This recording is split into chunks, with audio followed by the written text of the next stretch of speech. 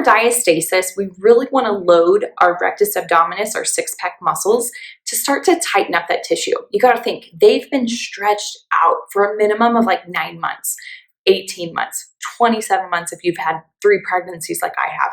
We've got to start to tone that tissue back so they can start to bring and hold our goodies in our abdomen, okay?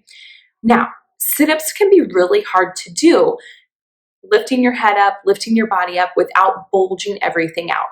So I want you to really think about how we've connected the abs when doing sit-ups. We're going to give you a couple different ways to do this.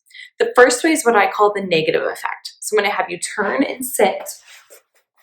This is more in that boat's pose or at the end of your sit-up when you come all the way up.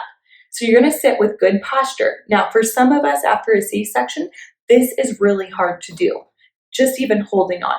It's going to be even harder when you let go and you're trying to maintain. So this is going to be a great exercise, just holding the posture here, okay? So that's exercise 1, holding posture in this position. You might give yourself 10 seconds, see how you do. You might need to hold on for support. Then you're going to go for another 10 and relax, and another 10 and relax. And then it might turn into a 30-second hold. You're building up your core support here, guys. And I want you to think while you're holding that, posture and it's really hard for you to do, you're thinking about connecting those lower abs in that hip bone to hip bone fashion or ribs to pelvis. Really think about holding and maintaining that stability here. Now, with this next exercise, you're going to start here. You're going to tighten up those lower abs, that hip bone, the hip bone to hip bone or the ribs to pelvis. And once you've got the strength, you're going to start to lower back a little bit. Use your hands. Pull yourself forward. So you're lowering back. You feel yourself like, oh, this is probably as far as I can go. You're going to put your hands back on your knees. Pull yourself forward.